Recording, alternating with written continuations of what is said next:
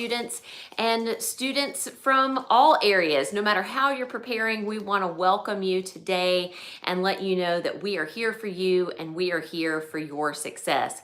These live streams are such a great time of connection and information, and we are happy to bring it to you no matter where you're joining us from or who you're partnered with in your preparation. Of course, we always hope that that's Essential Education, and we'll always give you resources for how we can help you prepare for your high school equivalency credential and for other things in life change, in work development, and in career focus.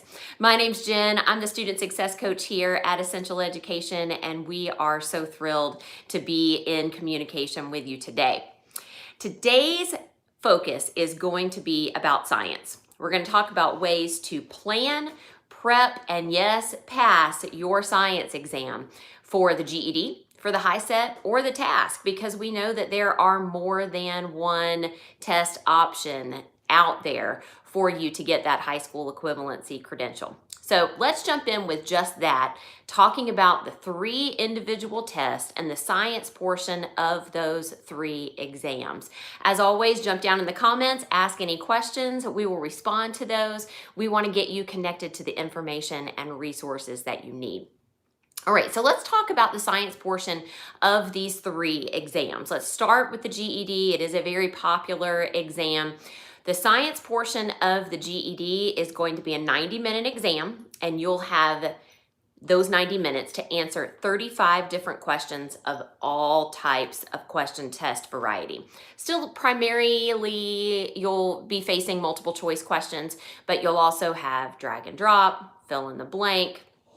They did away with their extended response in science a while back, so you don't have to think about those, but you do need to be aware that there are lots of different question types. So for the GED, you'll have 90 minutes to answer 35 questions in science. If you're taking the HiSET, you'll have 80 minutes to answer 60 questions, but all 60 questions will be multiple choice. That's your guarantee. HiSET's very straightforward in their question type, and they will be all multiple choice questions. Same with task. All multiple choice questions for the science section. In task, you'll have 85 minutes if you're taking the test in English and 90 minutes if you're taking the test in Spanish to complete 48 to 49 multiple choice questions, depending on what type of test form you have. Test forms are just different variations of the same exam at the same degree of difficulty to make sure that everything is on the up and up so that the person I'm sitting next to doesn't have the exact same test that I do. And so within those variations of task test form, you could have a test that's 48 questions, you could have a test that's 49 questions. Again, 85 minutes to answer those questions in English and 90 minutes to answer those questions if you're taking the test in Spanish. All of those will be multiple choice in nature. Your scoring for the 3 exams is the same in science as it is in all of the other subject tests for your given exam. For GED, minimum of 145 out of 200. For HiSET, minimum of 8 out of 20. And for task, minimum of 500 out of 200, or excuse me, 500 out of 800. If you are looking for honors level scoring, that starts at 165 for the GED, 15 for the HiSET, and 600 for the task. So that's your test basics for science in all 3 areas, GED, HiSET, and task. And if you're still wondering, you're just starting this process and you say, well, what do you mean there's 3 different tests? I only thought there was one exam. What do you mean? How do I know which one I need to take? Always check your state to see what test is right for you. And you can do that on our website at essentialed.com/where to test, or you can just click the help menu and you'll see those options there. All 50 states, as well as some Canadian provinces will pop up. You can click yours and you'll learn more about the test offerings in your area and some rules and regulations along the way as well. Okay, so that's the test basics. But you may be saying, okay, I can plan for that, but how will I know what types of things I'm going to have in science? I mean, science is a big concept, right? It's a big subject, and there's lots of different types of science. While the test makers may call them different things from time to time, there are three major areas of science that you can consider to be content categories or subcategories. And you're going to have information given and asked to analyze in life science, that's plants, biology, animals, anything to do with the human body, those types of things, life science. Physical science, that's where you're going to get into some readings and some information on chemistry and on physics, the information and how things move in the physical world.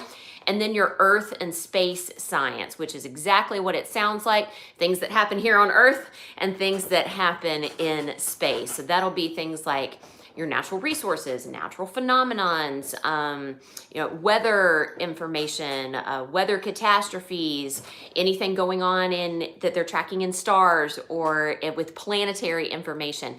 A lot of things under that window. So your three main content areas in science are life science, physical science, and earth and space science.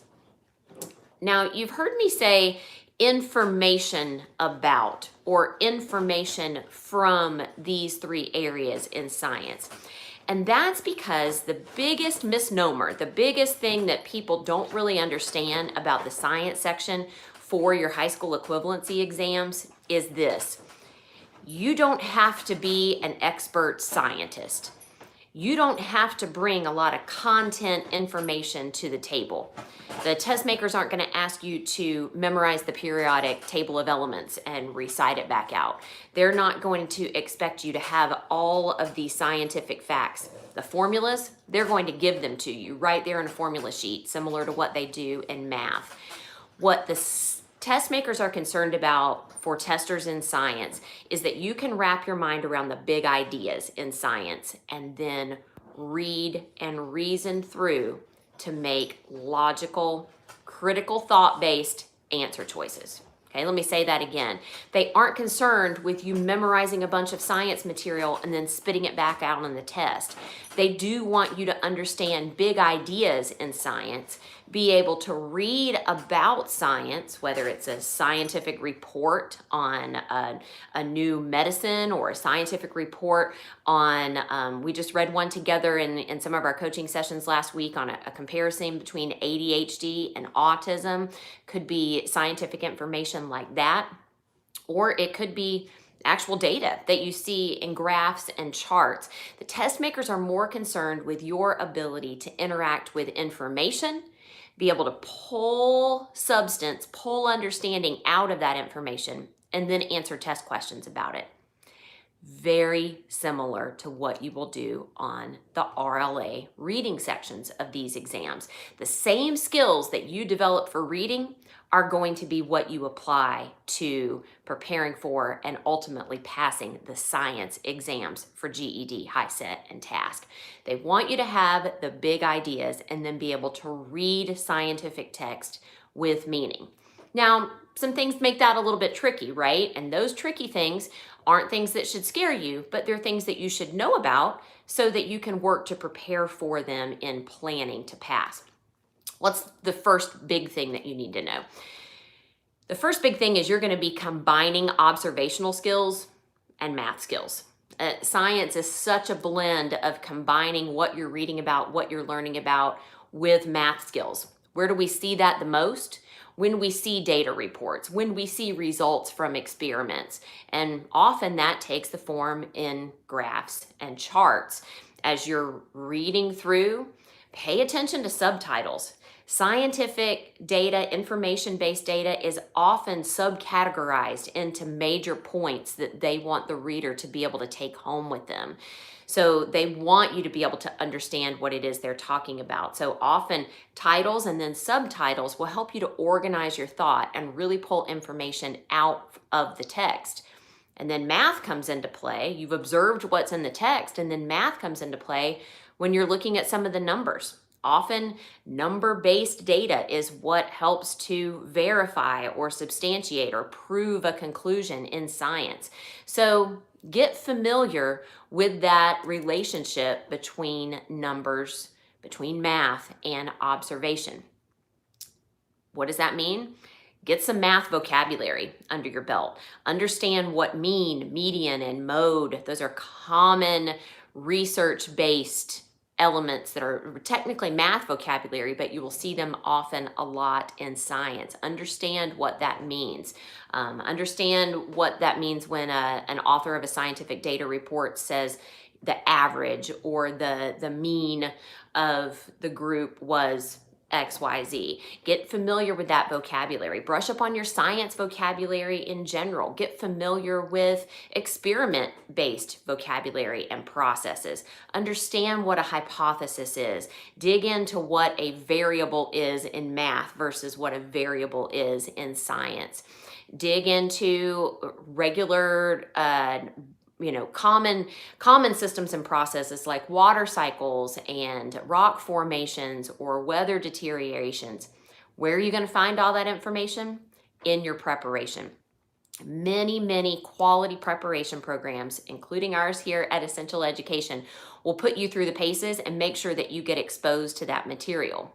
How are you going to be exposed to that material?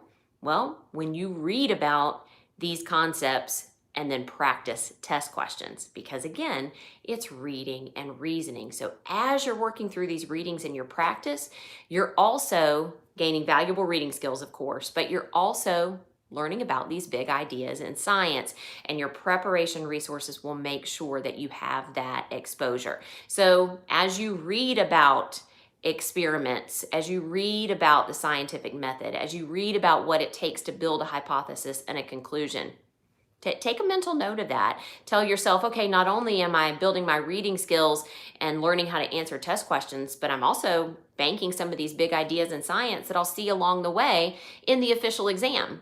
And then they won't be so scary, right? If you come across a word or a term that you don't know in an official exam, it can throw you off a little bit. So make sure you're exposing yourself to a wide array of various scientific texts before you go into that testing environment. And any preparation program worth its salt will give you those things. They're going to help you build those big ideas in science. So build your math and science vocabulary, pay attention to titles and subtitles, and pay attention to that visual data given in the form of graphs and charts. Sometimes visual data can throw people off. That's why we have a separate coaching session here at Essential Education in our live coaching session offerings.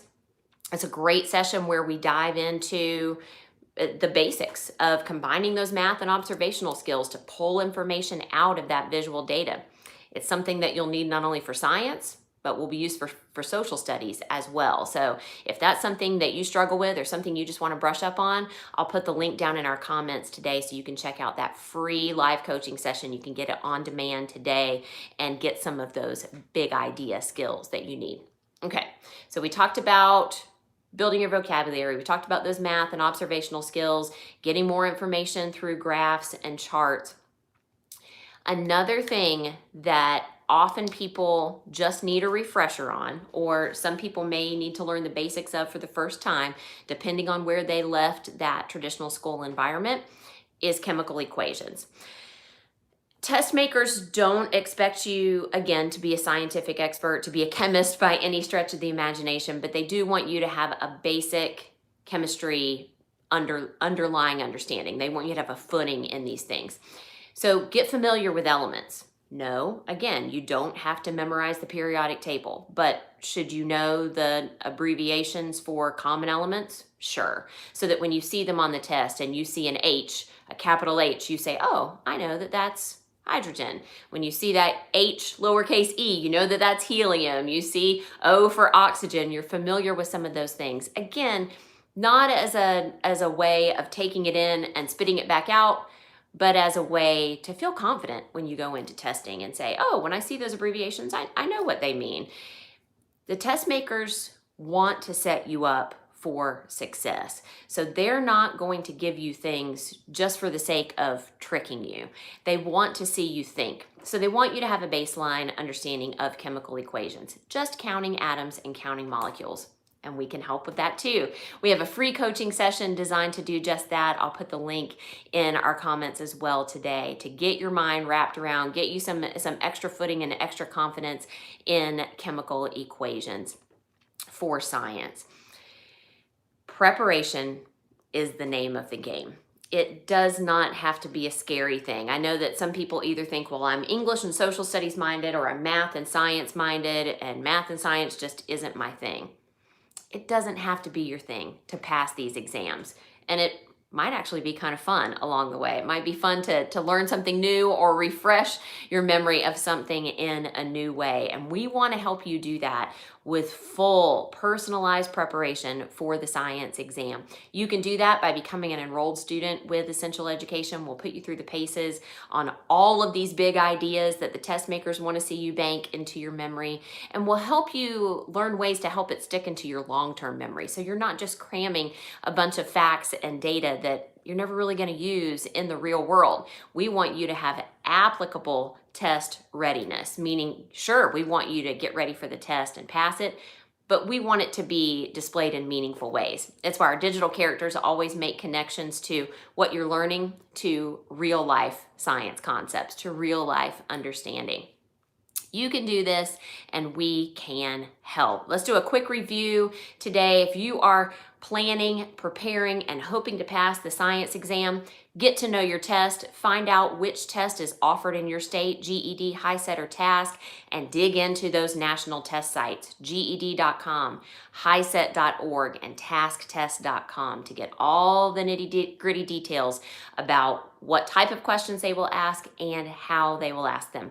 And if you're a student with Essential Education, you can trust the fact that all of your practice tests for science will be aligned to those tests. They will look very similar. They will sound very similar. They will read in a very similar way to what you will see on official test day. Get to know your content categories: life science, physical science, and earth and space science. Know that you don't have to know everything about those areas, but bank in the big ideas by building math and science vocabulary, getting able to understand the importance of titles and subtitles when you're reading a data report, getting familiar with experiments and experimental languages like processes and systems, scientific method, and hypothesis. Understand how to pull out visual data and graphs and charts, and then refresh your memory or build a new memory on chemical equations. And we can help with both of those in free live coaching sessions. We hope that today's information was helpful. If we can help in any other way, don't hesitate to reach out. You can always call a student advisor at 1-800-460-8150, or check us out online at essentialed.com/students. Thanks for joining us, and we hope to see you again soon.